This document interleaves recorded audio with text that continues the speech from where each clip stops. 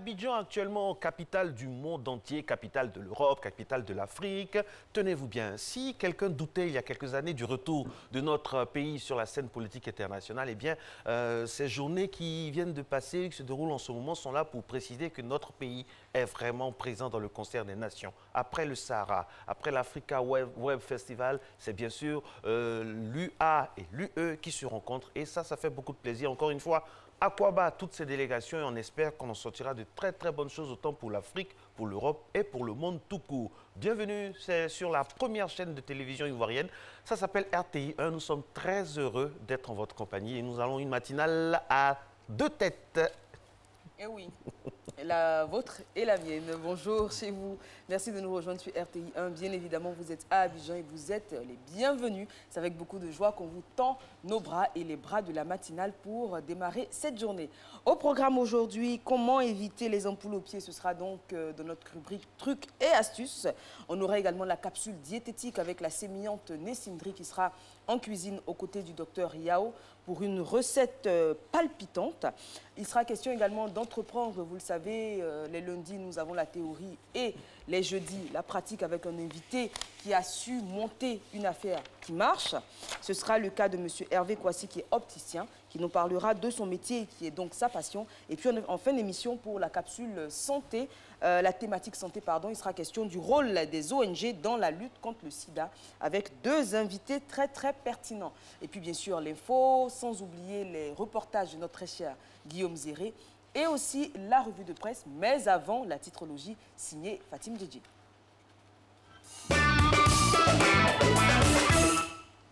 Bonjour Eva, bonjour Marcelin, bonjour à tous. Voici les titres de ce jeudi 30 novembre. On va démarrer avec Fraternité Matin qui titre « Ouattara expose les 3 défis majeurs de l'Afrique ». On y voit donc la photo du sommet UE-UA, la célèbre photo de famille, sans oublier l'éditorial de Venance Conan intitulé « La France et nous ». L'autre journal, c'est La Gazette, qui titre « 5e sommet UA-UE comme les autres, la Côte d'Ivoire, fière et honorée », nous dit le journal. Le Quotidien vous propose aussi des images fortes du sommet. Vous voyez certainement à l'antenne Mohamed VI accompagné du chef de l'État. On retrouve une très bonne note à la une de l'intelligent d'Abidjan, 10 sur 10 pour la Côte d'Ivoire. Aucun bad buzz à signaler dans le cadre du sommet, pourvu que ça dure. L'Inter, maintenant, vous dévoile les raisons de l'absence de Ouattara à l'arrivée de Macron à l'aéroport, qui a donc été reçu par le vice-président d'Abniel Kablan Duncan, et un imam vous dit tout sur Malouid. On poursuit avec Le Mandat, qui revient sur l'affaire des déchets toxiques et révèle que 6 experts européens rencontreront les victimes aujourd'hui. Et au sujet du sommet, 83 dirigeants planchent sur l'avenir de la jeunesse. Et on finit avec Notre Voix, qui publie une lettre ouverte du FPI adressée aux chefs d'État présents lors du sommet. Et le journal revient aussi sur le drame de La Haye. Un détenu se suicide à la CPI en plein procès. Alors c'était les titres, on se retrouve pour le détail de certains articles tout à l'heure aux alentours de 6h45. Absolument. Mesdames et messieurs, aujourd'hui, c'est bien sûr le 30 novembre et c'est la fête des André et ses variantes ou diminutifs Andrea, Andreas, André, Andrés, Andrew et Andy. Dans la famille Amani, je cherche tonton André. Non, par contre, j'ai un neveu qui s'appelle André. André, oh, franchement, vous êtes une famille magnifique. Hein. Il y a tous les noms dedans. Demain, ce sera la journée mondiale du sida, à l'instar de tous les 1er décembre. On aura les statistiques qu'on va vous donner tout au long de ce rendez-vous. Mais sachez que déjà 20,9 millions de personnes avaient accès au traitement antirétroviral en juin 2017 et puis 36,7 millions de personnes dans le monde vivant avec le VIH en 2016. Tout au long de ce rendez-vous, nous vous donnerons des informations. Et puis, pour rester dans le giron de la santé, vous savez qu'à partir de 6 h, normalement, c'est la gym, mais il est 6h02, 6h03. Mais bon, à 3 minutes près, la gym est toujours là quand même avec le coach Fabio. C'est parti.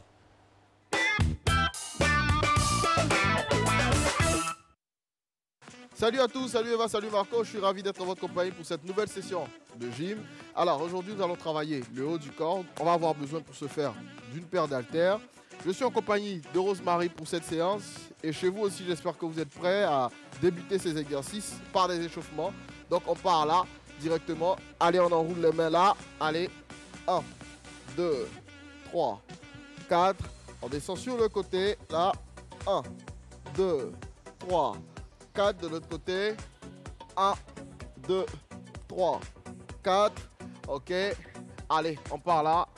1, 2, 3, 4, 5, 6, 7, 8, 9.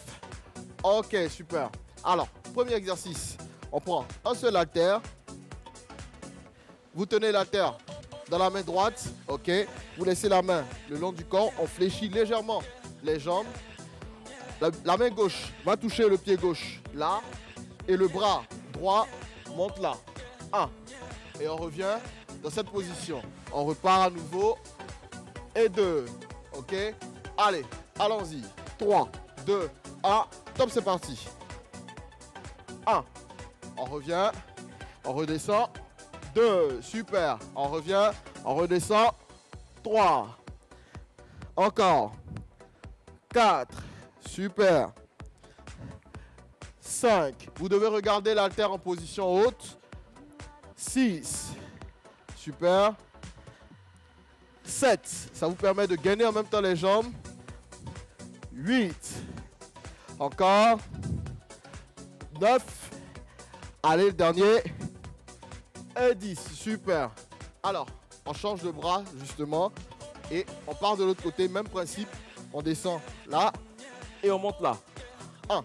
Allons-y. 3, 2, 1. Top, c'est parti. 1. On se relève.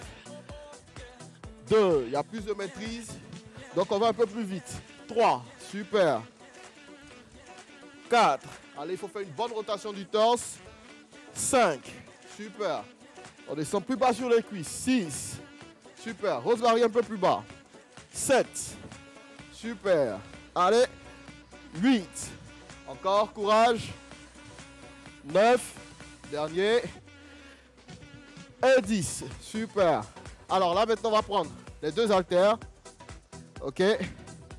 On va les prendre en long. C'est-à-dire de manière horizontale. Alors, on avance la jambe gauche devant. On la fléchit légèrement. On recule le pied droit tendu. On part sur la jambe droite et on revient là. 1. 2. D'accord? On va faire des rotations du buste. Allez. 3. 2. 1. Top, c'est parti. 1.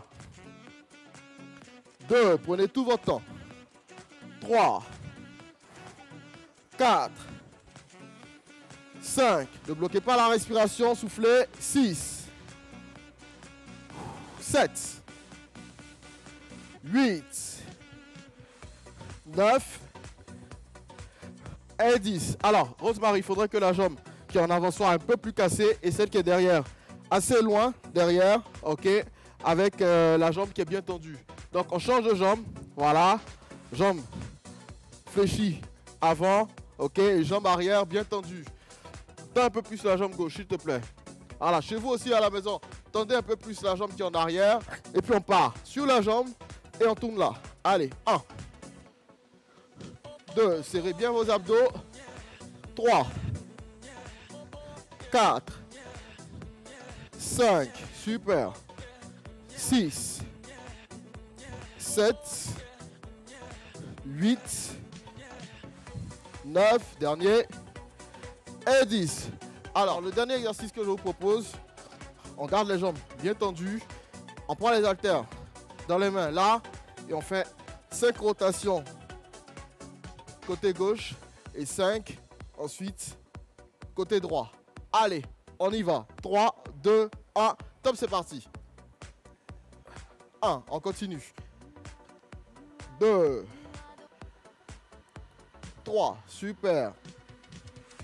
4, ça vous permet de travailler la mobilité de la colonne vertébrale. 5, allez, on part dans l'autre sens. Allez, Rosemary. 1. Pliez bien les bras derrière. 2. 3. 4, dernier. Ok, super. Alors, avec cet exercice, vous travaillez la taille, le dos, les épaules. Ok, la colonne vertébrale aussi pour sa mobilité, c'est très important. Donc, veillez à répéter ces exercices chez vous. Moi, je vous donne rendez-vous demain. Allez, portez-vous bien. Yes. Voilà. En tout cas, j'espère que vous avez passé un bon moment avec le coach Fabio. Voilà. Merci d'être avec nous ce matin, bonheur. Des fois, ça peut arriver comme ça qu'on soit en train de manger. Exactement. On en a le droit quand même parce que c'est pas facile. Et bien, ça va, vous avez digéré maintenant. Ensuite, il faut comprendre que je ne suis pas seule. Donc, il faut que je puisse me sustenter toute notre confusion. En langage ivoirien, on dit on vous a pas. Mais ça tombe bien, on part tout de suite pour le petit-déj.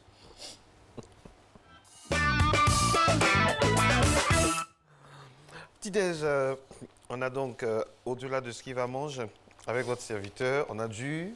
Abolo accompagné de poisson braisé et d'une pâte pimentée. Ouh là là là là. De la part de Fatim Fofana qui réside à Yopougon, Toit Rouge. Alors, l'abolo, Marco, c'est... C'est béninois, togolais, ça se retrouve aussi au Ghana, je ne sais pas, sans doute c'est un plat... C'est du maïs non, il ne faut pas que je dise de bêtises. En tout cas, c'est à base d'une farine de céréales, on vous dira laquelle, mais c'est super, super bon. C'est très nourrissant et ça a bercé l'enfance de beaucoup de personnes. Ouais. Suivez mon regard. En tout cas, c'est très bon. On a une autre image, Soro, félicité. On a une autre image, si on n'a pas d'image... Je vais vous envoyer maintenant, mesdames et messieurs, dans un reportage assez sympa quand même. Hein. Il en a l'habitude, notre reporter Guillaume Zéré. On va avoir un regard, sur les difficultés des personnes vivant dans les cours communes. Ah, les cours communes. Qu'est-ce qu'on ne dit pas sur les cours communes? La solidarité, la bonté d'âme, le partage, mais aussi les colibés, les critiques, les bruits de couloir, tout ça. Cours communes, c'est parti. Yopougon Ndokwa, le visiteur qui y met les pieds pour la première fois est frappé par un fait. L'état d'insalubrité du quartier. Les eaux de ruissellement provenant essentiellement des différentes toilettes du quartier coulent un peu partout. Devenu un fait banal, cette situation ne choque aucun habitant. Nous-mêmes, on voit le quartier sale. Ce n'est pas quelqu'un qui arrive venir dans le quartier sale. Nous-mêmes, on voit le quartier sale. Non, c'est ça. Donc, si celui qui rend le quartier sale peut aller se plaindre pour lui, devant chez lui est sale. Non, c'est comme ça, on fait avec. C'est quand c'est rempli, là, ça coule pendant une semaine. Et puis on débouche parce qu'on est lié partout. Tu vois là-bas, là, tout est rempli. C'est quand on appelle quelqu'un et puis la personne vient. Dans ce quartier, la plupart des maisons ne disposent pas de toilettes adéquates. Pourtant ici, bon nombre d'habitations sont des cours communes de 7 à 10 ménages. Malgré le nombre pléthorique d'habitants que l'on peut aisément deviner par ménage, tous doivent partager une ou deux toilettes. Le village a été construit sans canalisation. Donc les fosses septiques là sont des trucs de fortune au fait. D'abord même les maisons, les appartements sont faits sans toilette. Donc c'est le locataire qui fait sa toilette. Quand c'est rempli comme ça, le jus est rempli en tout cas. Les hommes font un effort en tout cas pour cotiser pour qu'on puisse, nous, on puisse vider vite. Et en tout cas, il y a des bonnes fois, il y a des mauvaises fois. Quand c'est comme ça, souvent, on s'en va ailleurs, on va dans le WC public, tu payes pour te mettre à l'aise. L'insalubrité dans ces cours est ahurissante. Tenez, regardez cette toilette. Pour y accéder, les habitants doivent sauter de brique en brique. L'état de la cour vous donne déjà un aperçu de ce qui vous attend dans les toilettes. La mésentente entre locataires serait la cause de cette situation. Voilà douce. Tout le monde s'en va. Et puis derrière. Derrière aussi, normalement, on doit laver, si douce est sale. Une personne doit laver une semaine, une personne va laver. On ne s'attend pas bien. Ouattara Soumaïla habite cette cour commune depuis plusieurs années. Il nous raconte les difficultés qu'il vit au quotidien dans cette cour de 9 ménages pour 2 toilettes et 2 WC. On fait rendre, si supposons que ce qu'on appelle diarrhée comme ça, là, si tu as eu ça, là, et si c'est grave, là, dites-toi que si tu ne fais pas attention, là, tu vas chercher sachet pour mettre ça dedans. Dans la soirée comme ça, matin, il faut boire le seau allié ici. Exposées à toutes sortes d'odeurs nauséabondes et aux maladies liées à l'insalubrité, les populations se remettent à Dieu. Selon elles, les propriétaires de ces cours communes sont très peu soucieux de leurs difficultés. J'ai tout fait. Il m'a dit au milieu de la cuisine qu'il a fait un bon WC. Là, il va poursuivre dans tout le monde. Du coup, actuellement, là, donc, il fait rien. Je ne vais pas passer. Moi, tu vois le toile changer. C'est moi qui ai changé mon toile. Comme il a fini ce toilette changé, il me dit qu'il va me faire vider. Il va mettre son petit frère là-bas. Dessous entre nous, lui quand tu m'as l'affaire là au commissariat. Pour les aider à améliorer leur cadre de vie afin d'éviter les maladies, l'ONG internationale PSI mène des campagnes de sensibilisation dans certains quartiers du district d'Abidjan. À l'occasion de la journée mondiale des toilettes que nous avons organisée le 19 novembre, principalement à Yopougon, nous avons essayé de sensibiliser la population sur l'importance des toilettes pour les ménages. Très important d'avoir les toilettes personnelles et les toilettes individuelles, parce qu'au niveau mondial, il faut rappeler qu'il y a 2,5 milliards de personnes qui n'ont pas accès aux toilettes, et cette situation révèle qu'il y a beaucoup de maladies dans nos communautés. Le choléra, le paludisme, aussi les diarrhées sont dus au mauvais état de l'assainissement que vivent nos populations. Et quand tu entres dans des ménages, le monsieur a tout ce qu'il faut pour être vu dans un cadre du queue, mais il n'a pas de toilettes. Souvent, il y a des cours, des baraques même où il y a de la climatisation, mais ils n'ont pas de toilettes. 3 communes du district d'Abidjan, notamment Abobo, Atekoubé et Yopougon, bénéficient de ce projet. Outre la Côte d'Ivoire, 2 autres pays africains que sont le Bénin et le Ghana sont concernés. Financés à hauteur de 15,8 millions de dollars par l'USAID pour une période de 5 ans, de 2014 à 2019, ce projet vise à fournir des ouvrages et des services d'assainissement de façon durable aux populations à faible revenu. Waouh, c'est pas facile, hein? C'est pas facile. Certaines personnes ont des conditions de vie très difficiles et il faut s'estimer chanceux d'avoir un toit convenable, on dira, et décent au-dessus de sa tête, et même des toilettes décentes. C'est des choses auxquelles on ne pense pas toujours. Ça nous semble être des acquis. On va aux toilettes, on tire la chasse d'eau, on sort. Mais pour certaines personnes, c'est beaucoup plus compliqué d'avoir...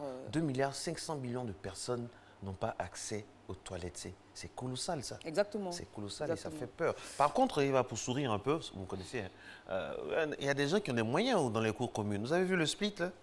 Un split, vraiment, vraiment chapeau. C'est vrai que ce n'est pas évident du tout. Alors, Soro Félicité Séné Diawa signe la réalisation de cette émission. On est censé partir au point route, mais je pense qu'on ira tout de suite au conseil et astuces. Comment éviter les ampoules aux pieds. C'est vrai que quand on met les chaussures trop fermées, ça c'est vous, ça. Trop serrées ou pendant trop longtemps, ça peut une animation de 2 heures. Ah, c'est pas évident. On regarde. Mélissa doit aller au travail ce matin et décide de mettre sa belle paire de chaussures fermées.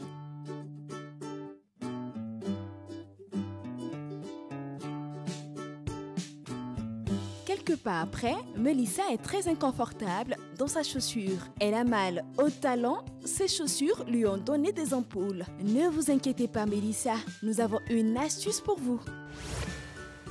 Avec une paire de ciseaux, coupez une partie d'un protège-slip.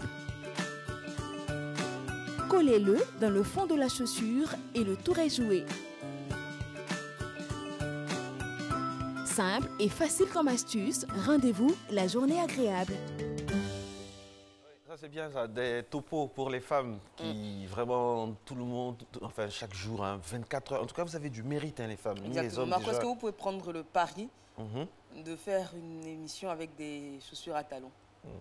Enfin, si celle que j'aime n'est pas formée, ne pas qu'on m'assimile à... Non, mais je peux faire ça par solidarité. Quoi, oui, voir exactement. Pour voir ce que par curiosité journalistique. Par curiosité, et puis vous donnerez votre verdict après.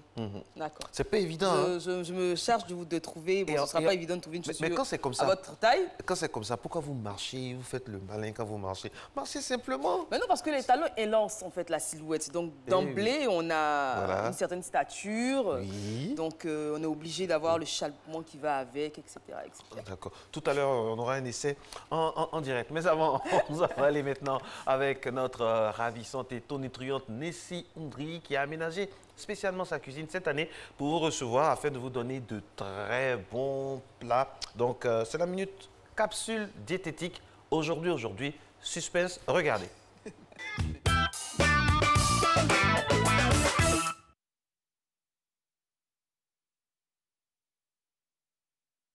Voilà, j'avais du suspense parce que je savais qu'on n'allait pas aller directement, on allait revenir ici. Le temps pour nous de vous donner certaines informations sur la journée internationale de lutte contre le sida. Ce n'est pas la journée du sida, c'est la journée internationale de lutte contre le sida. C'est bien sûr tous les 1er décembre. On vous donnera des informations là-dessus. Est-ce qu'on est prêt maintenant du côté de la régie pour être en compagnie de Miss Nessie Ndri? On a vu donc des informations comme ça qu'elle nous donne chaque fois qu'il s'agit de diététique avec le docteur Jules Kwasi. Pardon.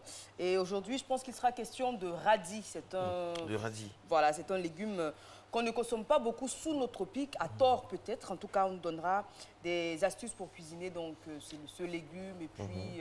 Vous aimez le radis? Non. Vous n'êtes pas très radis? Non, je trouve assez amer, mais bon, chacun son goût. On regarde.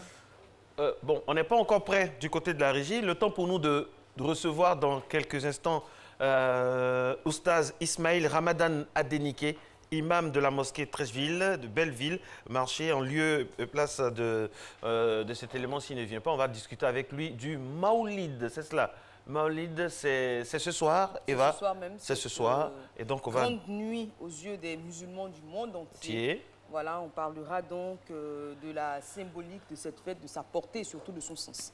Et puis aussi, on va avoir les inclinaisons parce que chaque fois qu'on a la chance d'avoir cet imam, il nous donne des informations pour la fête. Donc, on met aussi des indications par rapport à l'attitude à avoir bien sûr, par rapport à telle fête ou tel moment très précieux au niveau religieux. Pendant qu'il est 6h19, je rappelle que dans la thématique, nous aborderons bien sûr le giron santé, le combat donc des ONG par rapport à la lutte contre le sida avec deux invités donc très précieux qui nous parleront un peu de tout ce qui se passe. Et puis la Côte d'Ivoire aussi va recevoir bientôt le CISMA ou si vous préférez en anglais ICASA, donc pour parler de tout ce qui est lutte contre le sida. Ce sera très très important. Abidjan donc va crouler sous le poids des sollicitations, surtout avec des ONG, avec des experts. Et donc, soyez connectés. Et on rappelle que 1,8 million de personnes ont été nouvellement infectées par le VIH-Sida en 2016.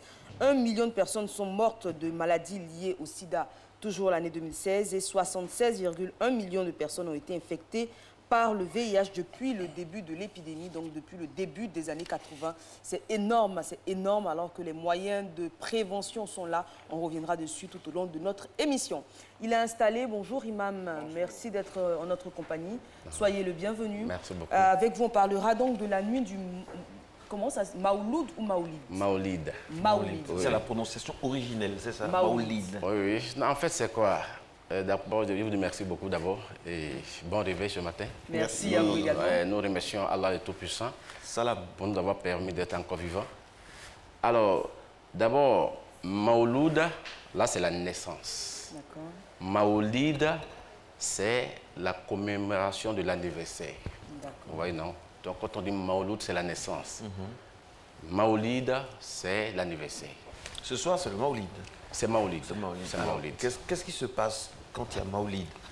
D'abord, Maoulid, pour beaucoup de personnes, c'est de rendre hommage au prophète Mohammed Rasulullah, sallallahu alayhi wa sallam, qui, d'abord, il a deux grands noms dans le Coran. Il s'appelle Mohammed et Ahmad. Mais Mohammed, c'est le nom qui est connu, mais c'est Jésus, fils de Marie, qui vient avec ce nom Ahmad. Mohammed veut dire le béni ou le loué. Ahmad, c'est le nom donné au ciel qui veut dire le loué. Il a tellement loué Dieu au ciel que Dieu dit descend sur la terre pour que tout univers puisse aussi te louer. Donc Maoulid, c'est un témoignage de son histoire glorieuse, c'est tout. Et donc, cette nuit, qu'est-ce qui va se passer pour le musulman et comment est-ce qu'il devrait vivre cette célébration? D'abord, Maoulid, ce n'est pas aussi une fête, mais c'est la prise de conscience. C'est un moment d'état d'éveil pour que les gens puissent savoir qu'il y a trop de bruit sur la terre aujourd'hui. Il ne faut pas oublier l'essentiel qui est quoi? Dieu. Dans Maoulid, c'est de reconnaître à Mohammed Rasulullah le travail qu'il a apporté à l'humanité. Ce qu'il a apporté à l'humanité. Donc, nous allons faire des prières ce soir, des zikrs et beaucoup de salat, parce que Dieu lui-même, Dieu lui-même bénit les prophètes. Les anges le bénissent. Et il a demandé à tous les prophètes de le bénir De surcroît, tous les croyants de le bénir. Même les oiseaux, les arbres, et tous le bénissent. Donc ce soir, c'est un moment de bénédiction pour profiter de son Wi-Fi. Pour se connecter. Pour se connecter. Une connexion au débit. Wallah, il arrive. Alors, est-ce que tout le monde fête, célèbre donc le Maolid, les sunnites, les chiites? Dites-nous tout. Vous savez, tout le monde fête Maolid, mais de manière différente. Ok. Le seul être qui n'a pas de date de naissance, c'est Dieu. Tout le reste là, on a une date de naissance. Alors, qu'on me dise que c'est une innovation, il est né ou bien il n'est pas né? Il est né. Vous voyez, il est né. Et quand il naissait, nous qui sommes là aujourd'hui, là, nous étions absents. Et ses disciples proches, ils l'ont soutenu. Parce que Dieu dit quoi? Soutenez-le. Parce que moi-même, je le soutiens. Ils l'ont soutenu comment? Les quatre disciples proches de lui, les deux premiers lui ont donné les filles en mariage. Les deux derniers, et ils ont marié ses filles. Mais nous, qu'est-ce qu'on a pu donner au prophète Mohammed? Rien. On ne peut que vraiment le magnifier, le vénérer, prier, demander à Dieu de le bénir davantage pour que nous aussi nous soyons bénis. Donc ceux qui ne le font pas, ça dépend du degré d'émotion de chacun. Et il y en a, vous ne pouvez pas me dire, de la manière que vous avez votre femme, m'imposer cette manière. Chacun a sa manière de recevoir ou de manifester son sentiment. Donc il y en a dans le silence, même ceux qui ne le font pas, dans toutes ces mosquées-là, il ne fait que parler de lui. Donc il y a d'abord une fête manifeste, c'est-à-dire quoi? Il y a une manière de parler de lui aussi manifestement, et il y en a qui sont là, ils ne sortent pas, mais dans les pensées, on sait qu'il est né dans ce mois. Voilà. Alors, est-ce qu'il faut obligatoirement être à la mosquée? Est-ce qu'on peut passer cette nuit de méditation, comme vous l'avez dit, de bénédiction et tout? Est-ce qu'on peut passer cette nuit à la maison, en famille, par exemple? C'est-à-dire, oui, on peut. D'abord, Maolid, c'est la naissance du prophète Mohammed. Cet anniversaire, c'est quoi au juste? C'est de faire revivre les comportements du prophète Mohammed dans nos sociétés. Le prophète est venu, il a uni tous les gens. Donc, il faut réconcilier les gens. Chaque musulman qui réconcilie, il fait naître le prophète à nouveau. Le musulman qui caresse la tête d'un orphelin, il fait revivre, il fait renaître le prophète à nouveau. Un musulman qui partage tout ce qu'il a avec les pauvres, parce qu'il dit, cherchez-moi parmi les pauvres, le prophète Mohammed.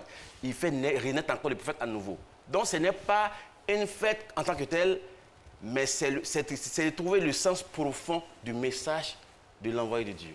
La vérité, c'est un moment de recréation, de se recréer pour tendre vers la stature parfaite. C'est un moment, pas de récréation forcément, mais de rappel, de renouvellement d'engagement. On se recrée. Oui, naître de nouveau, parce que fait naître la vérité. Parce que le Maolid, chez d'autres personnes, c'est pas forcément... Parce que le prophète, il a deux statuts. Il est Mohammed, fils d'Abdallah, Mohammed Rasulullah. Donc, il est le Mohammed humain et Mohammed l'envoyé de Dieu.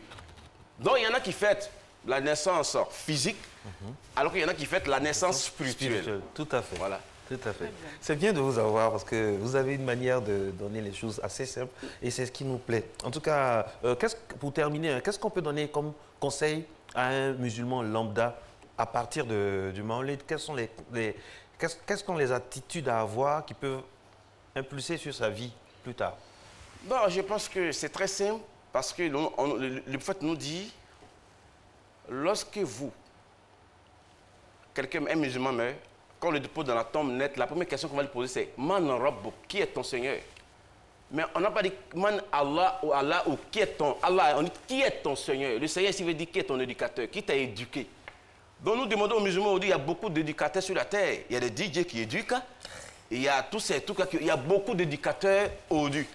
Mais n'oubliez pas le vrai éducateur envoyé par Dieu qui est Mohammed Rasulullah et tous les prophètes qui ont suivi, qui sont venus avant lui.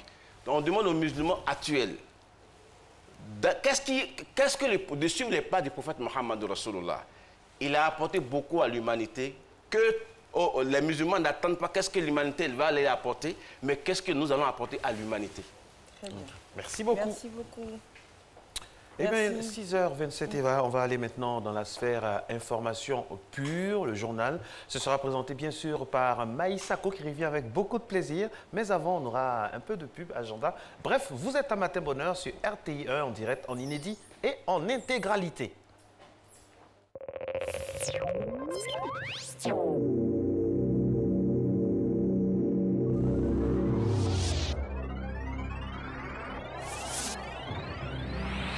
Sous le haut parrainage de M. Begremombe, gouverneur du district autonome d'Abidjan, Ivoire Sport Promotion et le district autonome d'Abidjan organise SIDA 2017 du 30 novembre au 6 décembre au stade Robert Chantrou et au Parc des Sports. Équipe participante, ASEC d'Abidjan, Ivoire Academy, Racing Club d'Abidjan, SOA, FC San Pedro, Volcan Junior, sélection ivoirienne U18, Académie Royale Maroc, Isonga FC Rwanda, Lakika FC Mali, Royal FC Burkina Faso, Wafa Ghana. Venez nombreux soutenir les futurs stars de football. Infoline 09 09 94 02.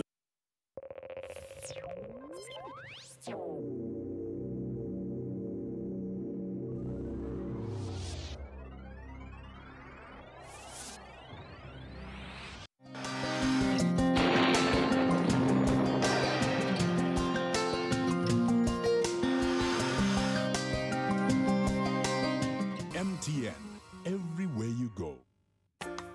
Mesdames et messieurs, bonjour. La matinée sera calme et fraîche dans la partie nord du pays. À la limite de la bande centrale, les masses d'air humides favoriseront la formation de la brume ou du brouillard matinal. Ce phénomène pourra se propager dans les régions proches du rivage océanique et au fil des heures, le soleil pourra prendre le dessus avec des risques faibles de précipitations.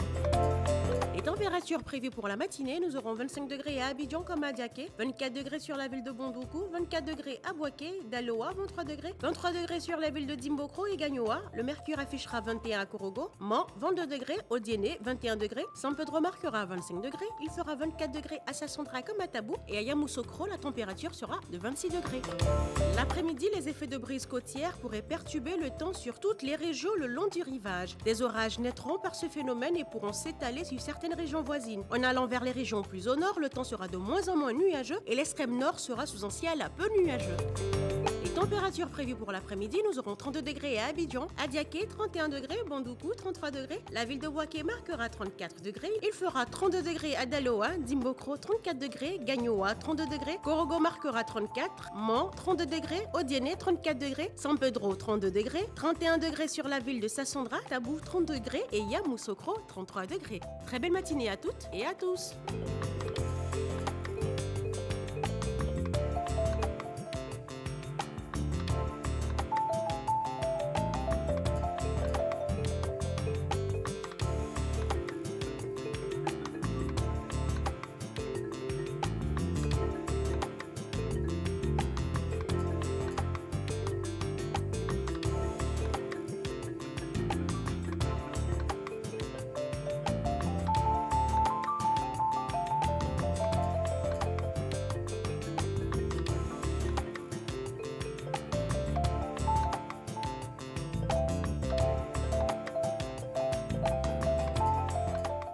MTN, everywhere you go.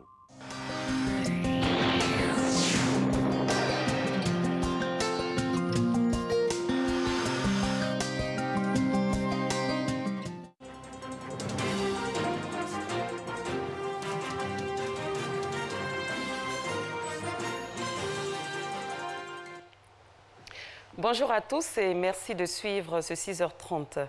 Le 5e sommet Union africaine-Union européenne s'est ouvert hier ici à Abidjan autour du thème « Investir dans la jeunesse pour un développement durable ». Arrivé dans la capitale économique ivoirienne, plusieurs chefs d'État et de gouvernement d'Afrique et d'Europe y prennent part. Des questions liées à la jeunesse, l'immigration clandestine et la redynamisation de la coopération entre les deux continents ont été abordées lors de la cérémonie d'ouverture, marquée également par l'intervention du président de la République, Alassane Ouattara. Jérôme Kofi Aboulin. Une jeunesse appelée à être bien formée, une paix et une stabilité à éloigner de toute menace et un système climatique favorable à l'épanouissement de tous sur la planète. Il s'agit là pour le président de la République de Côte d'Ivoire, Alassane Ouattara, 3 défis à relever à ce rendez-vous d'Abidjan 2017 qu'il appelle de tous ses voeux le rendez-vous d'un nouveau départ à l'occasion de l'ouverture du 5e sommet Union africaine-Union européenne sur les bords de la lagune ébriée. Nous devons nous fixer la grande ambition que la jeunesse est en droit d'exiger, aussi bien en Europe qu'en Afrique, pour pouvoir se projeter dans le futur avec espoir et sérénité. C'est pourquoi nous devons prendre des décisions et des engagements forts, non seulement renouvelés, mais rehaussés et innovants. Pour y parvenir, je vous invite à un sursaut en vue de trouver des solutions qui serviront de levier aux changements nécessaires face notamment à 3 défis majeurs. Au premier rang de ces défis, nous avons la jeunesse de la population africaine, dont plus de 60% à moins de 25 ans. Ceci constitue une opportunité, mais aussi un risque si l'on n'offre pas à cette jeunesse la formation, les emplois et les espoirs auxquels elle aspire légitimement. Le second défi porte sur les menaces à la paix et à la stabilité dont l'Afrique et l'Europe sont les cibles et qui requièrent une réponse forte et coordonnée sur le modèle du G5 Sahel qui permettra de lutter plus efficacement contre le terrorisme qui frappe sans distinction l'Afrique et l'Europe. En troisième lieu, je voudrais mentionner le changement climatique, qui est sans doute l'un des plus porteurs de danger pour les générations futures. Nous devons tous, pays du Nord et du Sud, respecter nos engagements pris en 2015 à Paris, lors de la COP21, afin d'inverser la tendance actuelle du réchauffement climatique et ses conséquences désastreuses pour les pays du Sud. Tous ces défis constituent des enjeux majeurs pour le continent africain, mais également pour l'Europe, auxquels il nous faut impérativement trouver des réponses audacieuses, innovantes et durables. Même son de cloche pour le président de la République de Guinée, Alpha Condé, président en exercice de l'Union africaine. Le chef de l'État guinéen se dit confiant quant à la détermination des 2 continents à œuvrer ensemble pour un partenariat plus sûr, un partenariat vrai. L'interdépendance entre l'Europe et l'Afrique nous commande à œuvrer pour la mise en place d'un espace de coopération solidaire, capable de sceller davantage les relations qui ont uni le peuple tout au long de l'histoire. La paix, la sécurité et le développement durable demeurent le fondement de notre partenariat. Je reste confiant en l'avenir radieux de la coopération Union européenne-Union africaine, car les priorités du nouveau partenariat ont été choisies par l'Afrique et traduisent les attentes de nos populations, notamment en matière de paix et de sécurité, développement économique et social, ainsi que de la bonne gouvernance. À l'instar du président guinéen Alpha Condé et du président de Côte d'Ivoire Alassane Ouattara, plusieurs autres intervenants ont tous évoqué l'espoir de l'Afrique et de l'Europe à mutualiser leurs efforts pour, entre autres, venir à bout du terrorisme, lutter pour mettre fin au mouvement migratoire et faire surtout confiance à la jeunesse pour tenir compte du thème de la rencontre, c'est-à-dire investir dans la jeunesse pour un avenir durable.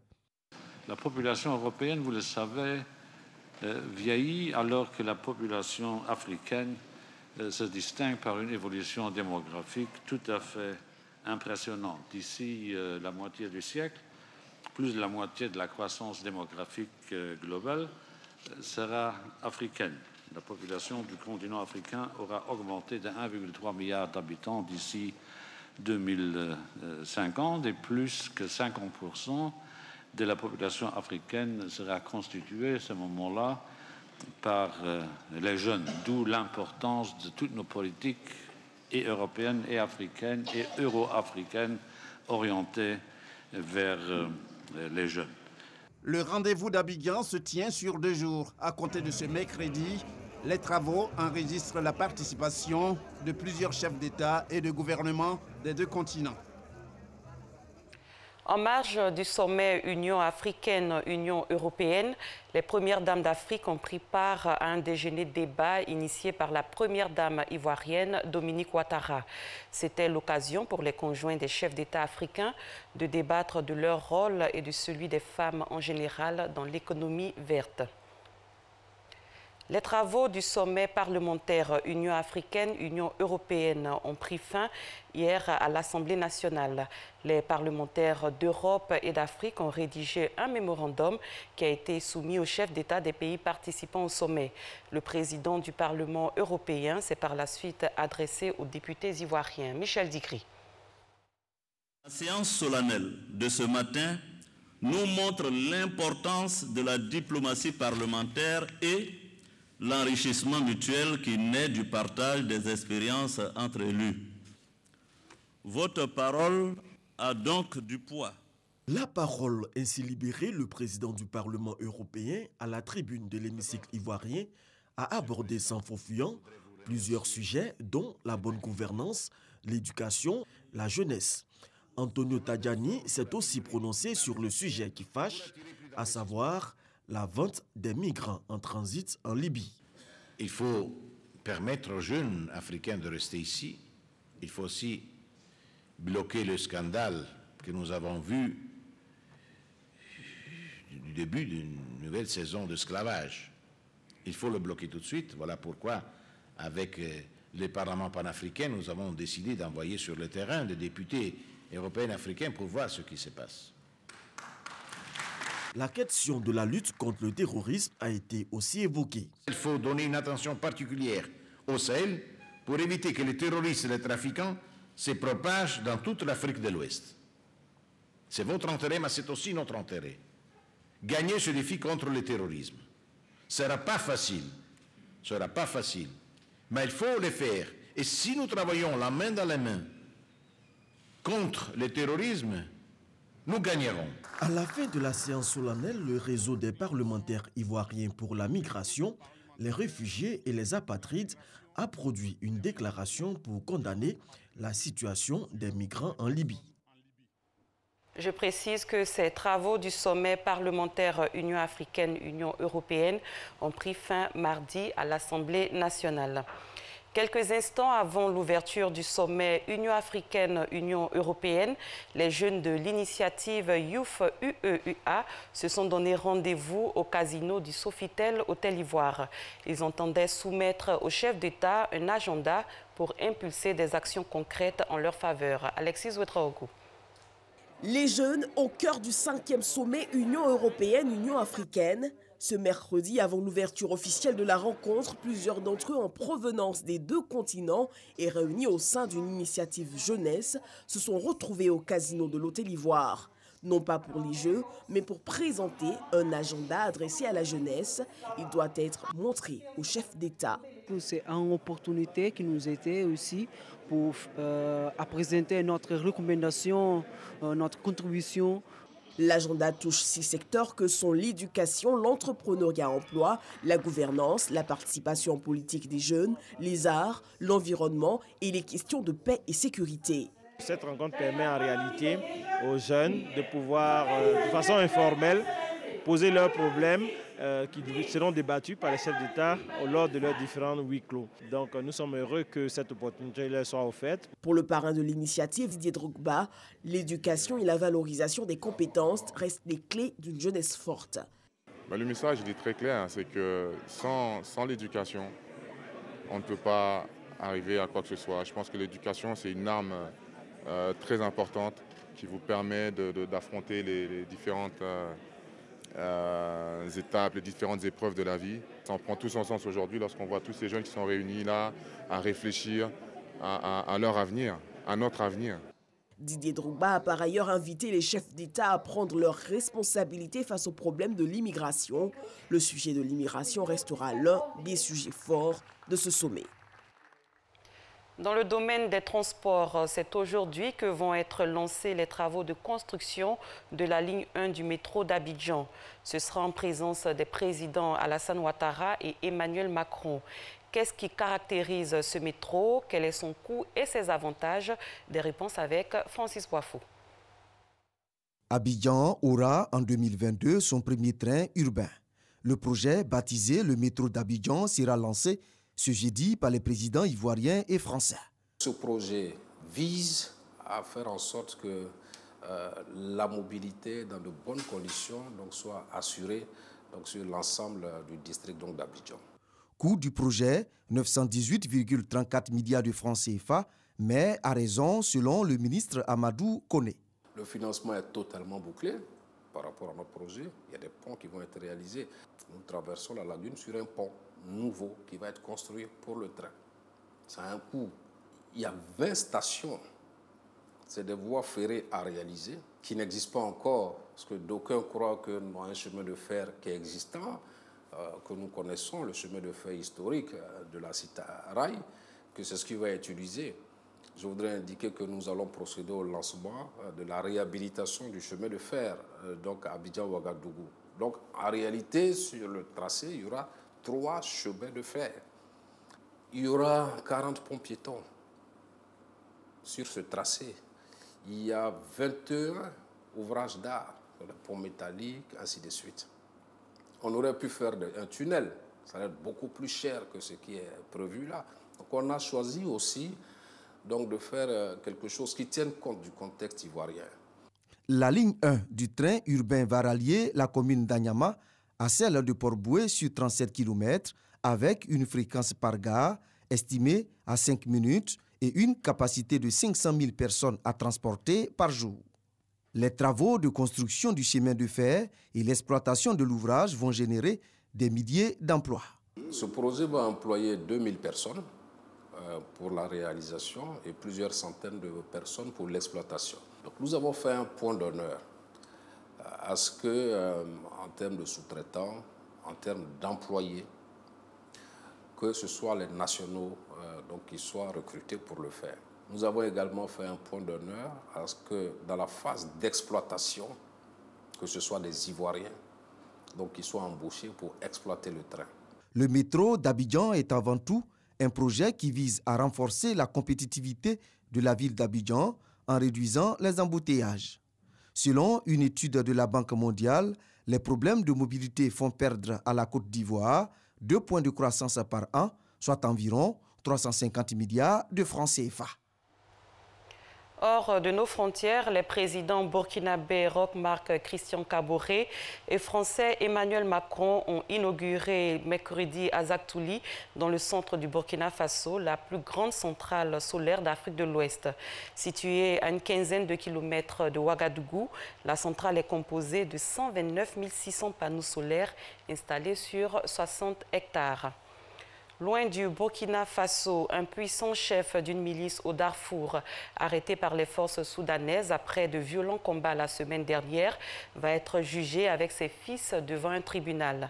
Moussa Hilal, un ancien allié du président soudanais Omar el-Béchir dans la lutte contre les rebelles dans la région du Darfour à l'ouest du Soudan, a été arrêté dimanche dernier par une unité des forces de soutien rapide près de Moustariaha, sa ville natale dans l'état du Darfour Nord. Il sera jugé par une cour militaire puisqu'il a dirigé une unité des gardes frontières faisant partie des forces armées. C'est la fin de ce 6h30. Merci de l'avoir suivi. Très bon début de journée à tous et à toutes. Merci Maï. Merci Maï. Merci à vous. C'est un plaisir de vous retrouver. Moi aussi. Bah dis donc. On a dit la même chose en même temps. Exactement, on parle d'une seule et même voix. Alors dans quelques instants, donc, on prendra langue avec Monsieur Hervé Kouassi. Pour parler donc d'entrepreneuriat dans l'optique, il est opticien, hein, il est déjà installé dans le studio, là il sera là dans quelques instants. Pour l'heure, Fatim Djedje est également installé pour sa revue de presse, c'est parti.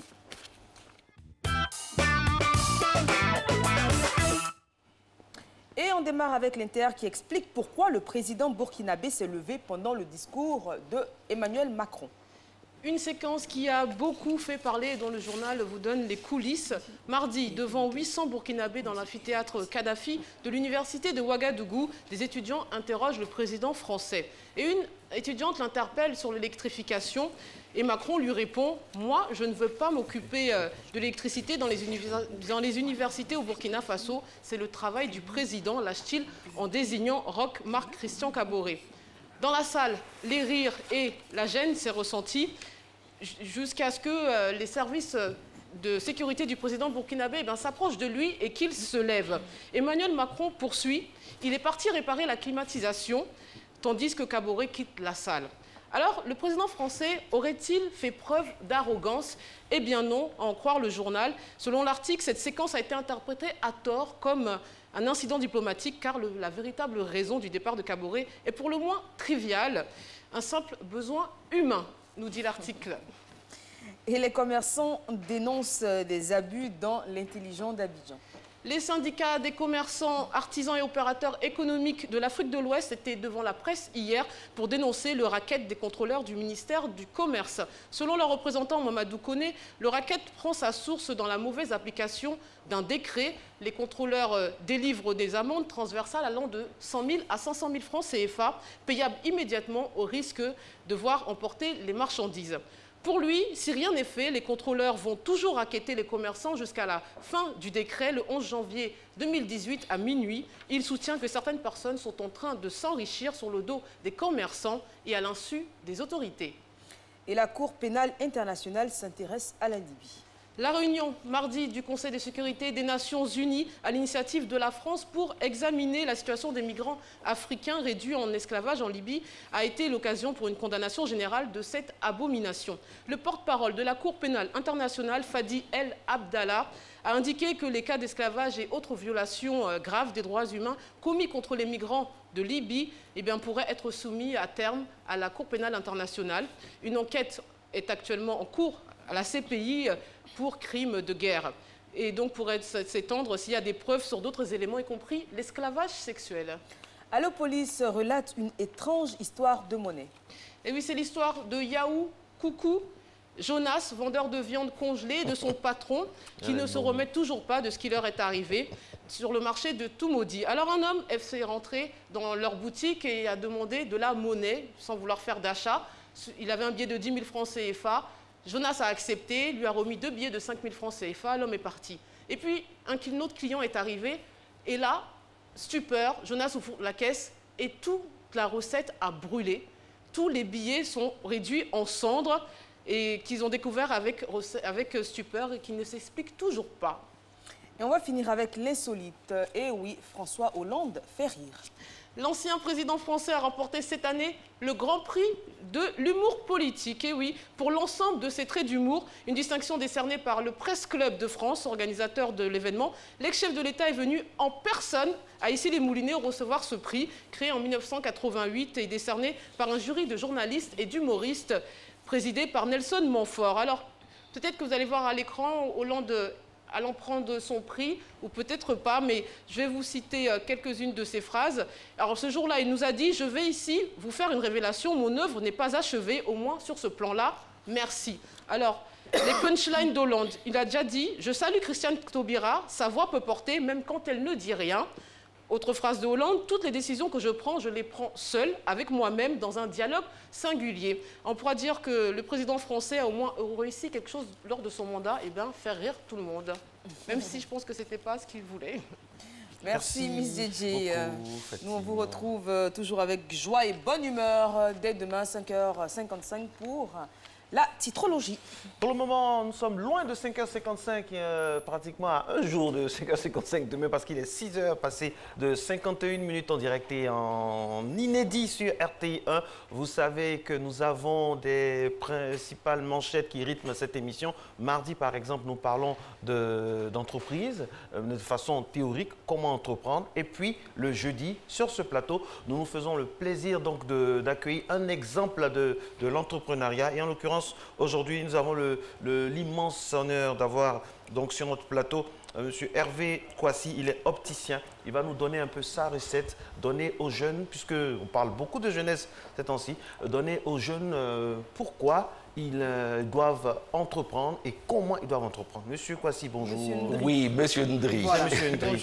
On nous a dit Monsieur Ndri. Mais à coup de Mais c'est Monsieur Hervé Ndri. Hervé Ndri, bonjour. Bonjour. C'est avec plaisir qu'on vous reçoit. On parle aujourd'hui d'entrepreneuriat, comme Marco l'a si bien expliqué. Vous êtes opticien. Je suis opticien de formation. En quoi consiste le métier d'opticien, ne pas confondre avec l'ophtalmologue? Oui, très souvent, c'est vrai que dans la profession, il est souvent, on nous prend souvent pour des ophtalmologues. Non, c'est vraiment une profession différente. On est opticien. L'opticien, comme le pharmacien, réalise la prescription éditée en général dans l'environnement francophone. Par l'ophtalmologue. Parce qu'en fait, dans le système anglo-saxon, c'est un système qui est complètement différent. L'optométriste prescrit et l'opticien réalise la prescription. Alors, c'est bien beau tout ça, mais concrètement, comment ça a commencé? Je veux dire, l'homme d'affaires qui se cache derrière l'opticien. Est-ce qu'au début, c'était tout seul? Est-ce qu'il y a des personnes qui vous ont tendu une main secourable? Est-ce qu'on vous a laissé tomber? Vous êtes débrouillé tout seul? Les Ivoiriens veulent savoir. Merci beaucoup. En fait, mon histoire est assez singulière. C'est vrai que je suis parti dans les années 84, 80, faire passer mon bac en France. Et une fois le bac obtenu, il était question pour moi de chercher une formation. Et à l'origine, je voulais être dentiste, je voulais faire odontostomatologie. Et je n'ai pas pu m'inscrire à l'université, parce que je voulais revenir à Abidjan, m'inscrire à l'université. Et je n'ai pas pu m'inscrire à l'université d'Abidjan. Et donc, je suis retourné poursuivre mes études en France et je me suis inscrit en DEC B, l'équivalent de CBG, chimie, biologie, géologie, qui n'était vraiment pas ma vocation première. Donc, finalement, une fois que j'ai commencé mes études de CBG, il a été question pour moi d'essayer de m'orienter autrement. Et un constat a été fait à l'époque. Il y avait très peu d'opticiens en Côte d'Ivoire. Et voilà, c'est comme ça que j'ai finalement eu l'idée d'embrasser cette profession. Et c'était à l'époque où Alain Afflelou faisait... Ben, c'est une personne, hein, Alain Afflelou. C'est également le nom d'une marque. Là, vous parlez de la personne. Je parle de la personne. Oui. C'était la période où il émergeait en France et où commençait pour la première fois des publicités dans le domaine de l'optique. Et donc, vraiment, c'est ce qui a déclenché chez moi l'envie d'approfondir un tout petit peu la connaissance de ce métier. Et, voilà. Alors, on se situe dans quelles années? On est dans les années 90. C'était le boom de l'optique. C'était le boom de l'optique. Le boom de l'optique a commencé avec la personne en question. Oui. A commencé dans les années 80, 85, 86. Et donc, du coup, moi, j'ai embrassé cette profession à partir de 1980. 90. Oui. Alors, vous aviez quels moyens? Vous disposiez de quoi? Ben, écoutez, au début... Vous avez eu une banque? Vous avez fait une tontine? Non, j'ai eu un concours familial. J'ai eu la chance d'avoir un père compréhensif. Au moment où je devais m'installer, je lui ai donc demandé de me venir à un truc. Et mon père m'avait prêté à l'époque 15 millions et c'est avec ce montant-là que j'ai pu... 15 millions, déjà aujourd'hui, c'est pas rien. À l'époque, on imagine que c'était beaucoup. Écoutez, à l'époque, ça représentait une avant la dévaluation, hein? C'était après? C'était après. Parce que c'était en 94, donc quelques... Alors, voilà. quand vous revenez, quand vous décidez de vous installer, vous le dites, ici en Côte d'Ivoire, les choses sont assez timides concernant les opticiens. Donc, on imagine que l'affaire est tout de suite rentable ou est-ce qu'il y a encore est-ce qu'il y a encore des couacs? Ben, écoutez, au moment où je rentrais, je veux dire, la profession, l'optique, écoutez, à l'époque, quand j'entamais ma profession, ma formation d'opticien, il existait en Côte d'Ivoire en réalité que 5 magasins d'optique. Donc en fait, c'était... En Côte d'Ivoire? En Côte d'Ivoire. 5 magasins d'optique. 5 ou 7?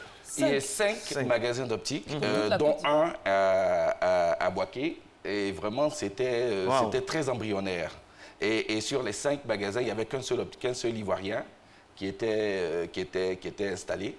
Et donc, je me suis dit que c'était vraiment une opportunité pour moi d'embrasser cette profession qui était complètement nouvelle. En tout cas, chapeau. Merci. Et on voit que vous avez bien utilisé, en tout cas utilisé à bon escient les 15 millions du vieux. Ils ont été remboursés? Ils ont été remboursés en partie. En fait, en réalité, j'ai remboursé et dès que je lui ai remboursé 10 millions, il m'a offert les 5 millions restants. Ah là là. Alors, les 5 millions, c'est pour aider les plus jeunes. Alors, dernière question, qu'est-ce que vous pouvez dire aux jeunes qui nous regardent aujourd'hui? Ben, écoutez, ce que je peux dire aujourd'hui, c'est vraiment de leur dire qu'il est important, lorsqu'on entreprend, d'être patient et surtout d'avoir la conviction que ce qu'on va faire est vraiment quelque chose qui va aboutir, il faudrait le faire pas à pas. Alors, on imagine qu'il y a des difficultés, hein, tout n'est pas tout rose. C'est quoi, les assurances qui ne payent pas à temps?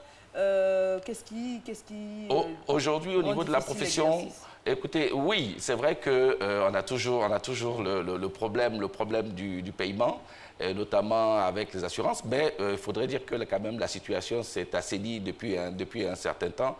Et donc... c'est cher, hein, les lunettes, quand même, vous en sentez bien? Oui, c'est ce qu'on dit. Mais en fait, c'est vrai que c'est cher, mais qu'est-ce que vous voulez? Il n'y a pas plus précieux que les yeux.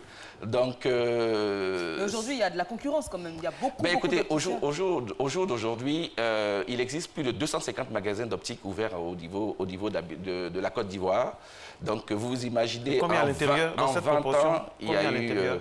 à l'intérieur, aujourd'hui, on va dire, en gros, il y a une trentaine de magasins d'optique ouverts à l'intérieur. Et aujourd'hui, ce qui est intéressant, c'est que même dans les petites villes, la dernière fois, j'en ai vu à Toumoudi, j'étais content, c'est mon village. C'est pour ça qu'on hésitait entre Ndri et Kwasi. Bon, en tout cas, c'est que c'était pas là-bas.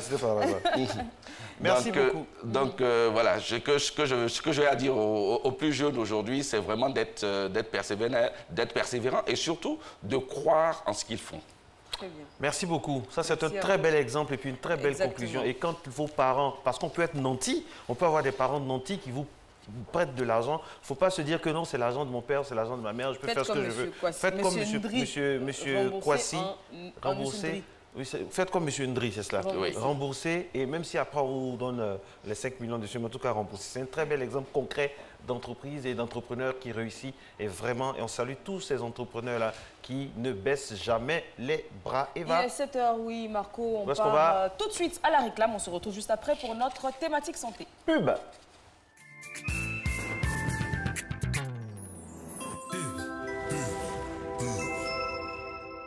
Qu'est-ce que je vais faire après le bac? Quelle étude supérieure? Quelle école choisir? Comment faire pour étudier dans les plus grandes universités et grandes écoles en Angleterre, aux États-Unis, en Australie et au Canada? Toutes vos réponses avec AESCI, votre agence britannique pour les bacheliers et étudiants en quête d'orientation. AESCI vous assiste dans toutes vos démarches administratives et vous conseille dans le choix de vos filières. Attendre votre potentiel éducatif avec AES.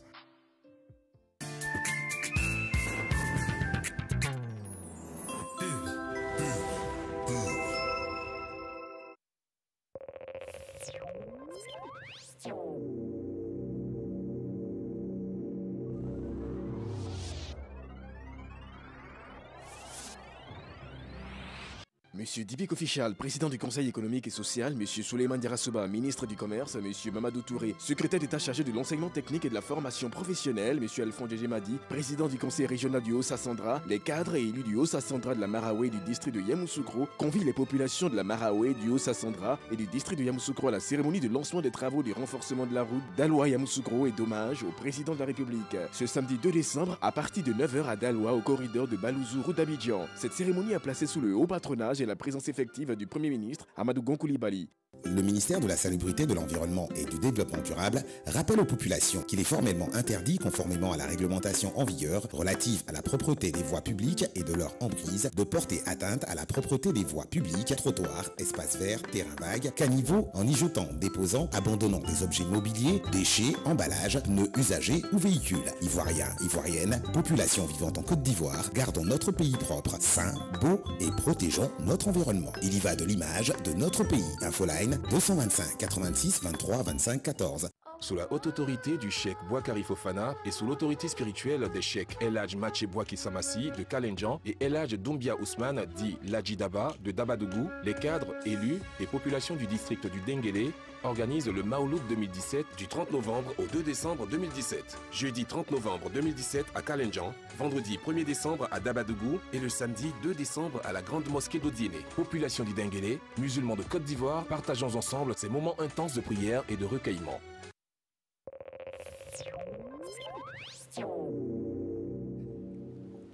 7h partout en Côte d'Ivoire. Merci d'être avec nous. Si vous venez de nous prendre hommage, vous êtes sur RTI 1 et on espère que toutes ces délégations qui arrivent dans notre pays ou qui sont dans notre pays depuis pour le sommet UA-UE se portent bien, qu'on prend bien soin de vous. Faites en sorte de ne pas rester seulement dans les lieux officiels. Hein. Partez partout à Abidjan, en Côte d'Ivoire. C'est un pays vraiment magnifique qui, à l'instar de ces manifestations-là, vient de plein pied dans le concert des nations.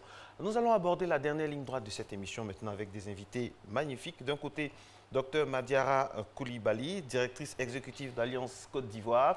Et de l'autre côté, M.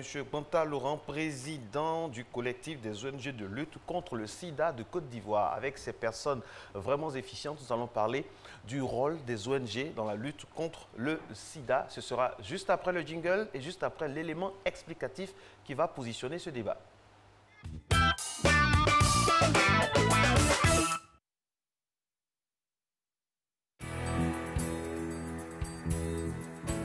Avec un taux considérable de personnes infectées, la Côte d'Ivoire reste l'un des pays les plus touchés par le VIH-Sida en Afrique de l'Ouest. La lutte pour l'éradication de cette pandémie qui demeure un problème prégnant implique divers acteurs dans les organisations non gouvernementales, aussi bien internationales que locales. Le rôle des ONG dans la lutte contre le sida, c'est un rôle essentiellement de sensibilisation.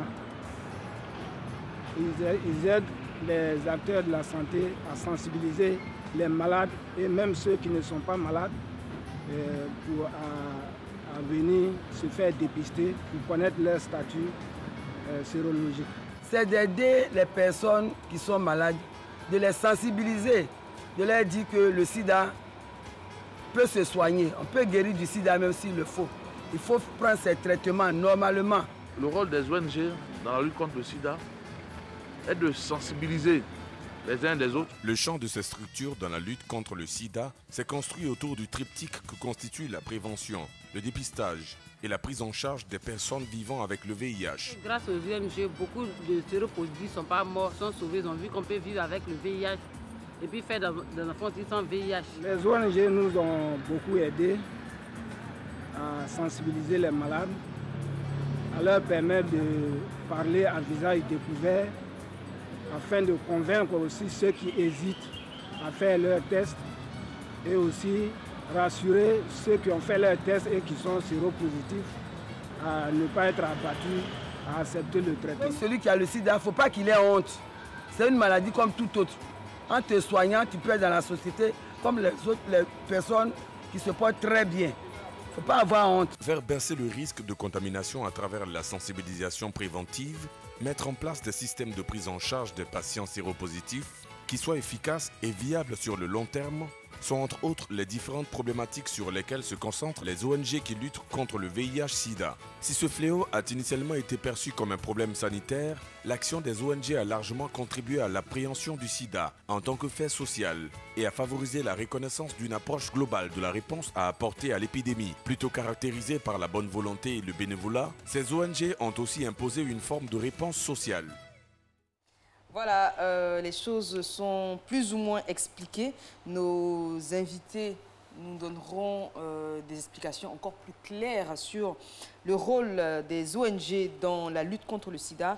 Le docteur Rofio Coulibaly Madiara installé. Bonjour docteur. Bonjour. De même que monsieur Bonta Akré Laurent, vous êtes respectivement directrice exécutive Alliance Côte d'Ivoire et président du collectif des ONG de lutte contre le sida en Côte d'Ivoire, donc le COSI.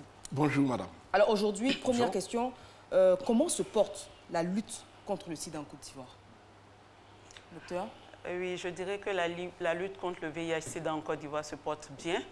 Nous avons fait beaucoup de progrès en Côte d'Ivoire. En 2000, nous étions pratiquement à 10% de prévalence.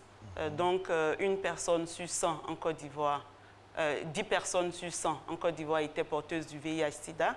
Aujourd'hui, nous sommes à 3,7%. C'est dit qu'il y a eu beaucoup de progrès en pratiquement 20 ans.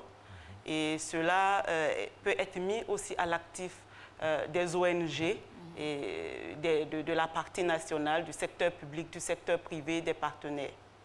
Monsieur Bonta, il y a 20 ans exactement, la Côte d'Ivoire abritait une réunion très importante. Vous avez certainement souvenance de cela sur le sida. C'était, on appelle ça ICASA en anglais.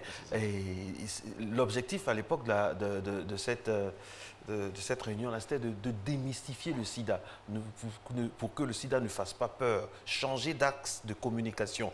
Ça, on ne met plus un homme qui est amaigri sur une pancarte, mais on montre aux gens que le sida est une maladie comme les autres. Est-ce que ça n'a pas contribué aussi à vraiment faire baisser le taux de prévalence d'une certaine manière? Oui, il faut dire qu'à cette époque, en 1997, on était encore dans un taux de séroprévalence assez élevé, hein, parce qu'on nageait entre 12 et 10% de séroprévalence. Et la conférence a apporté une contribution notable, parce que d'abord, il faut dire qu'à cette époque, même les ONG ont eu une participation active à cette conférence, et c'était même ceux-là qui étaient à l'avant-garde de l'organisation de cette conférence. Et après la conférence, où il y a eu d'abord ce que nous appelons cette campagne qui a vu quand même le témoignage à visage découvert d'une personne vivant le VIH, la première personne vivant le VIH à cette époque-là. C'était nouveau, hein, on voyait, c'était nouveau, c'était un peu difficile, mais il fallait le faire pour le bien de la communauté, pour que la communauté sache que ce n'est pas une vue de l'esprit, que c'est vraiment une réalité. Et si la communauté ne s'était pas engagée à cette époque, nous ne serons pas là, autant que le docteur avait tout à l'heure dit, nous ne serons pas là à ce taux-là, parce que la communauté avait des préjugés sur la maladie, la communauté n'y croyait pas, il fallait s'organiser, aller sensibiliser, aller porter l'information. Là, il faut la porter, aller les convaincre, mais d'ailleurs, accepter la réalité du terrain. C'est ce qui, effectivement, a été compris. Et la prévention, à cette époque, était vraiment une prévention active, et collective, massive et de proximité. Donc, les ONG ont contribué en grande partie à la baisse du taux de prévalence de la lutte contre le VIH en Côte d'Ivoire.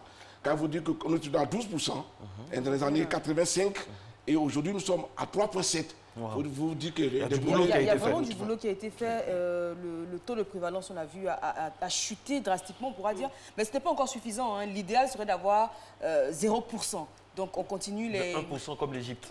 Voilà, à fait. On continue les séances, les campagnes de sensibilisation, les séances de travail, etc., de connivence avec le ministère de la Santé publique. Alors on va revenir donc sur ces années-là où le sida était encore une maladie honteuse, où les malades du sida étaient stigmatisés, c'était insultant le terme séropositif, même si bien c'était carrément une injure. Il y a eu beaucoup d'efforts, notamment la série Sida dans la Cité, qui a fait beaucoup, non seulement en Côte d'Ivoire, mais dans toute l'Afrique de l'Ouest, pour la sensibilisation. Oui, tout à fait. Je pense que le contexte est maintenant différent. Dans les années 2000-97, le traitement antirétroviral n'était pas disponible en Côte d'Ivoire. Nous avions commencé l'initiative de l'ONU-SIDA pour l'accès aux antirétroviraux. Le traitement était à 300 000 francs par mois et aujourd'hui, le traitement est gratuit. Il est accessible sur l'ensemble du territoire ivoirien et c'est un traitement qui est efficace. Et donc ça, c'est déjà un changement majeur que la population doit prendre en compte. Donc le VIH-Sida, aujourd'hui, c'est un peu comme le diabète, c'est comme l'hypertension. Vous êtes malade, vous avez un traitement et le traitement est de plus en plus simplifié. Au début de la disponibilité des traitements, vous étiez obligé de prendre 5 comprimés le matin, 5 à midi, 5 le soir. Mais aujourd'hui, avec un seul comprimé le soir, vous êtes... Par jour? Par jour. Par jour. Avec un seul comprimé, vous pouvez être suivi et avoir une charge virale indétectable. Et ça, ce sont des informations importantes. C'est une avancée notable. Et c'est ce qui fait qu'aujourd'hui, nous voulons lutter beaucoup plus contre la stigmatisation et la discrimination et montrer un autre visage de la personne vivant avec le VIH. Je sais que dans les années 2000, nous avons tous vu dans tous les recoins d'Abidjan les pancartes de personnes très amaigries qui avaient effrayé la population et qui a fait que dans la mémoire collective, on associe automatiquement le fait d'être infecté par le VIH-Sida à la mort. Et donc, la peur que les gens ressentent vis-à-vis du VIH, c'est parce qu'on se dit que quand tu es infecté, tu es un peu comme un condamné à la mort et personne n'a envie de partager ce sort avec la personne vivant avec le VIH. Aujourd'hui, les choses sont différentes. Nous allons lancer, à partir de demain, une grande campagne nationale de lutte contre la stigmatisation où nous allons présenter la personne vivant avec le VIH-Sida comme une personne épanouie, une personne qui peut avoir des projets, qui peut se prendre en charge, vous allez voir sur les spots, ce sont des femmes, ce sera une femme très belle, très épanouie, que nous allons présenter. C'est un autre visage que nous voulons montrer à la population. Comme disait donc M. Montagnier, une grande personnalité aussi dans la lutte contre le sida en France, il faut rendre le sida humain. Alors, moi, j'aimerais revenir sur la communication, notamment par les sitcoms, par les films. Eva a évoqué tout à l'heure Sida dans la Cité. Il ne faut pas oublier que c'est grâce à Sida dans la Cité a eu un effet contagieux, ce qui fait qu'on parle de Nollywood aujourd'hui, parce que c'est sur l'exemple de Sida dans la Cité qu'on a eu ces sitcoms-là dans d'autres pays, ce genre de séries-là au Nigeria, ce qui a donné aujourd'hui Nollywood. On se souvient de Serapo, on se souvient donc de toutes ces personnes qui ont constitué ce film. Moi, ma question est la suivante. Aujourd'hui, 20 ans après 1997, 20 ans après le taux de prévalence qui a beaucoup baissé, qu'est-ce qu'il faut faire? On accentue sur les jeunes, sur les leaders d'opinion, les leaders religieux. Quel est le nouvel axe de communication? C'est vrai, la maladie est démystifiée. C'est vrai, le taux a diminué. On vit mieux avec le sida. Et après? Bien. Je voudrais rebondir sur un aspect que d'autres avaient tout à l'heure souligné concernant la gratuité des ARV. Il faudrait qu'au départ, c'était à 300 000. Après, on est revenu à 100 000. Après, on est revenu à 15 000, 5 000, 3 000 et 1 000 francs. Et à 0 francs, ça c'était aussi l'action, le plaidoyer qu'ont fait les ONG dans ce sens pour amener l'État aujourd'hui à pratiquer la gratuité. Ça aussi, il faut le souligner. C'est une contribution très importante. Maintenant, aujourd'hui, la lutte, elle est là. On veut aller vers 2.0, 1.0, parce que bien que nous soyons à 3.7, nous sommes encore dans la zone rouge. Toujours le pays le plus touché de la sous-région. Donc il faut aller vers cette tendance 1.0 pour sortir un peu de la zone rouge. Alors pour sortir de la zone rouge, il faut savoir que le sida, on le dit normalement, c'est l'affaire de tous. Il faut impliquer toutes les communautés, tous les secteurs. Là, nous parlons de la multisectoralité. Voilà. Donc les religieux ils doivent être impliqués, les jeunes doivent être impliqués, les femmes sont impliquées, les hommes sont impliqués, et les personnes que nous sommes hautement vulnérables sont impliquées. Parce qu'aujourd'hui, on parle d'UD, on parle des TS, les travailleurs d'XS, on parle des messages, etc. Donc, toutes ces personnes qu'on appelle la population clé doivent être impliquées pour que nous allons vers une lutte à une tendance de baisse pour arriver à un niveau très important. Donc, la communication pour le changement de comportement, oui, mais néanmoins, l'implication de tous les secteurs de la communauté est nécessaire. Aujourd'hui, je crois que nous voyons aussi l'implication de l'État dans ce domaine-là, mais il va falloir que l'État aussi accrue sa position parce que nous sommes tributaires au niveau des dépenses du VIH-Sida, des partenaires au développement. Donc, il est question qu'aujourd'hui, on puisse renverser la tendance.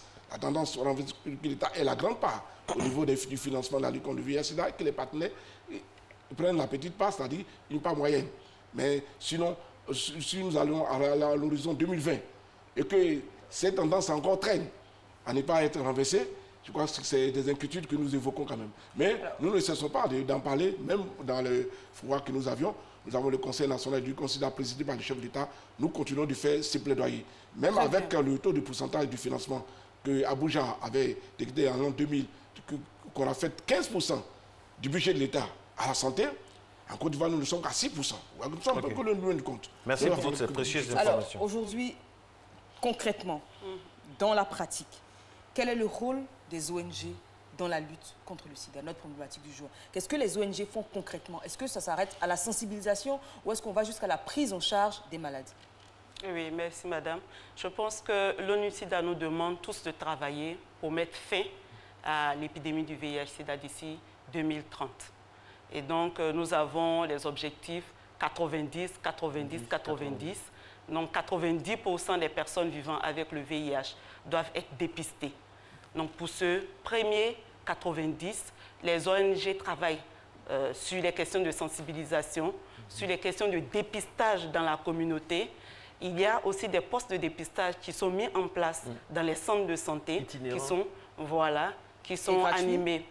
Oui, ce sont des dépistages qui sont gratuits parce que subventionnés par l'État et les bailleurs. Et donc, cette contribution des ONG déjà pour l'atteinte de ce premier 90 est important. Le deuxième 90, c'est que 90% des personnes dépistées positives puissent être mises sous traitement. Donc, évidemment, une fois que nous dépistons une personne positive, il faut faire ce que nous appelons la référence active.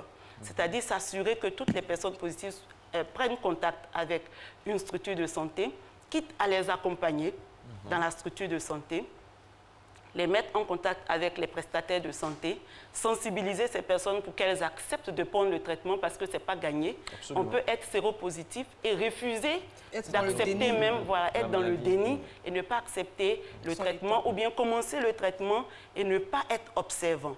Donc le travail des ONG, c'est aussi à ce niveau, aider à accepter le résultat, être observant. Et le dernier 90, c'est qu'une fois mis sous traitement, l'ensemble des personnes des PVVIH puissent être indétectables. C'est-à-dire que le traitement soit efficace au point où la personne n'a plus de virus libre, une charge de façon décente. Et à la limite, maintenant, nous parlons même du traitement antirétroviral comme un moyen de prévention, parce que le traitement correctement suivi au bout de 6 mois à 1 an fait que le malade transmet très peu la maladie. Alors, docteur, je vais rester avec vous parce que vous êtes très impliqué dans le financement des ONG. Tout à fait. Alors, quels sont les... Comment vous voyez-vous, avec tout ce que vous avez eu comme financement des ONG, quelle est la carte d'identité des ONG en Afrique? Parce que parfois, il y a des soucis, il y a des bisbilles, il y a des problèmes par les ONG, le financement est source de palabres, tout ça. Quel est... L'argent disparaît, il y a des gens qui... Ça ne va pas où ça doit aller, il y a des gens qui entrent dans les sida pour devenir milliardaires, il n'y a pas ce côté vocation-là. Ça, c'est ma première question. Et puis ma deuxième question, quand vous financez la culture, à l'époque, on a des chanteurs, Mewe, Fadaldé, qui avaient des chanteurs militants, qui chantaient, Alpha Blondy, qui chantaient contre le sida. Notre génération actuelle chante tout, sauf la sensibilisation sur le sida. Ça, c'est le deuxième volet. Peut-être M. Motta va réagir. Mais on y va là-dessus, le financement. L'argent du sida, on voit des fois des palabres. Oui, vous avez parfaitement raison. Nous entendons beaucoup de choses sur le compte des ONG. Mais ce qu'il faut dire, c'est que le travail que nous faisons à Alliance Côte d'Ivoire, c'est de renforcer les capacités des ONG. Nous avons travaillé avec la partie nationale et les autres partenaires pour développer un outil qui est l'outil d'évaluation des capacités des ONG. Donc, avant qu'une ONG ne soit subventionnée, nous avons cet outil-là où nous essayons de regarder ce que l'ONG sait faire, quelles sont ses capacités au niveau de la gouvernance. Je pense que c'est vraiment le nœud au niveau du travail des ONG. Et nous établissons un plan de renforcement de capacités. Et sur cette base, nous renforçons les capacités des ONG pour permettre à ces ONG de gérer au mieux les financements qui leur sont attribués et nous les accompagnons parfois dans la mobilisation des ressources. Donc c'est un travail qui doit être fait, pas seulement dans le monde du VIH-Sida, mais sur l'ensemble des thématiques où les ONG travaillent. Et nous avons des outils et une approche qui peut aider à résoudre ce problème. Maintenant, sur la question de la sensibilisation, je pense que c'est une question sur laquelle également nous essayons d'apporter. Nous avons fait dernièrement un clip sur la tuberculose et sur le VIH, il y a déjà pas mal d'artistes qui ont travaillé. Pour nous, c'est peut-être maintenant apporter une information nouvelle, une information beaucoup plus fraîche aux Ivoiriens, sur la perception qu'ils ont de la maladie et du malade du VIH. Donc c'est ce travail sur lequel nous essayons de mettre l'accent. Aujourd'hui, quelle est la tranche d'âge la plus touchée? Mais attends, Marcelin a posé une question très importante quant à la thème qu'on jette sur les ONG au niveau du financement. Sur ce plateau, il va falloir apporter quand même une clarification. Certes, dans le domaine du VIH-Sida, ça donne beaucoup plus de sous, ça tout le monde le sait. Ah bon? Avec les partenaires de développement qui financent la lutte contre la maladie, étant donné que quand même c'est un fléau très important, il faut permettre au pays quand même de sortir de la zone rouge. Mais néanmoins, au niveau des ONG, c'est tout un processus pour obtenir le financement. Vous ne pouvez pas créer une ONG et puis balancer un courrier, soit une correspondance, à un partenaire vous dit, bon, mais compte tenu que j'ai créé mon ONG, je souhaiterais avoir tel montant pour mener mes activités. On ne vous donnera pas. C'est un appel à projet. On appelle ça un appel à candidature. Vous soumettez au projet. Il y a une sélection qui est faite par un comité bien sélectif. Et lorsque vous êtes soumissionné, on vient sur place d'abord évaluer votre ONG, votre capacité organisationnelle, votre capacité de gestion financière, les outils que vous disposez. Et après quoi, lorsque vous êtes éligible, on vous donne le financement. Mais quand on vous donne le financement, on ne vous donne pas le financement dans sa totalité à 100%. On va vous donner le premier décaissement, les 30%, pour que vous menez l'activité. 3 mois après, on vient vous évaluer. Vous produisez les justifs. Si vous êtes éligible, si les justifs ont été validés, alors on vous fait le deuxième décaissement. À ce rythme-là, je ne sais pas comment est-ce que vous allez vous amener à détourner les fonds. Parce que un franc déjà retiré... Malgré ça, on entend des choses. Non, j'arrive. Un franc enlevé dès le premier décaissement, on arrête votre projet. Vous ne pouvez plus continuer. Et encore, non seulement vous ne pouvez plus continuer, mais vous êtes mis sur la liste rouge. C'est-à-dire aucun autre partenaire ne peut vous financer. Ça, ce sont on appelle ça des garanties. Audits, il y a beaucoup d'audits qui sont faits. Voilà, des balises qui sont mises. Mais néanmoins, cela dépend dans toute société, dans notre monde sociétal. Il y a quand même des brebis galeuses passées par là. Il y a certains ONG quand même qui font un peu la fine bouche. Peut-être dès qu'ils ont le premier financement, pour eux, peut-être ça suffit pour faire leurs propres besoins. Ils disparaissent. Ça arrive. Mais néanmoins, la majorité respecte quand même leur engagement. Si n'eût été celle-là, on ne serait pas là aujourd'hui où nous parlions de la baisse de la lutte contre le VIH-Sida et encore de l'espoir que nous nourrissons pour l'horizon. Alors docteur, la tranche d'âge la plus touchée aujourd'hui parmi ces 3% de prévalence, quelle est la tranche d'âge la plus affectée?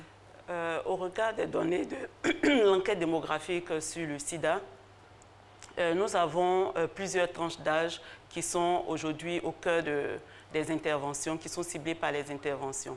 Vous avez les jeunes filles de 15 à 24 ans qui sont une cible importante, qui constituent une cible importante. Vous avez les hommes de plus de 25 ans. Les hommes de plus de 25 ans qui sont également touchés. Et vous avez les femmes de plus de 25 ans.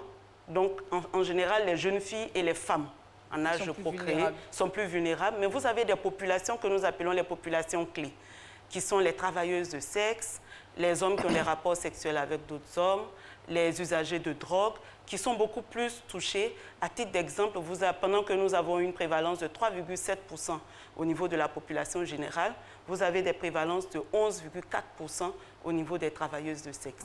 C'est-à-dire qu'il faut mettre l'accent sur ces populations, leur offrir les services, les toucher et s'assurer qu'on puisse réduire efficacement la prévalence à leur niveau. Merci, docteur. Dernier mot à M.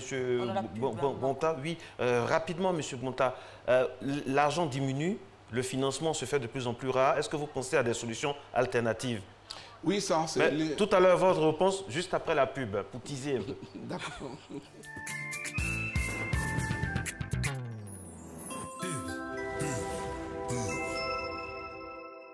Quand arrive la période des fêtes, l'excitation monte et l'atmosphère est aux retrouvailles. La nouvelle collection Extravagance se montre haute en couleurs et pleine de caractère. Vous n'avez pas peur des motifs visibles, des couleurs remarquables? Alors voici 12 pagnes, faits pour vous démarquer. Nouvelle collection Extravagance d'Uniwax à découvrir dans votre magazine 33, disponible dans le réseau de boutiques habituelles. Uniwax révèle l'élégance africaine. Bonjour Michel, qu'est-ce qui ne va pas? C'est juste le cas de ma fille qui me préoccupe en ce moment.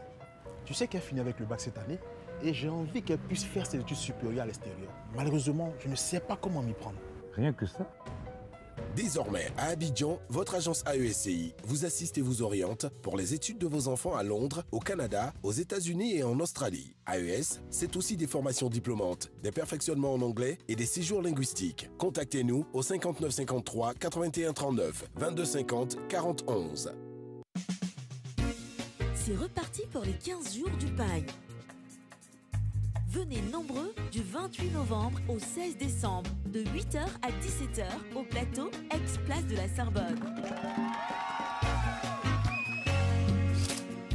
Faites de bonnes affaires et retrouvez vos pagnes préférées à prix fou. Uniwax, Vlisco, Woodin,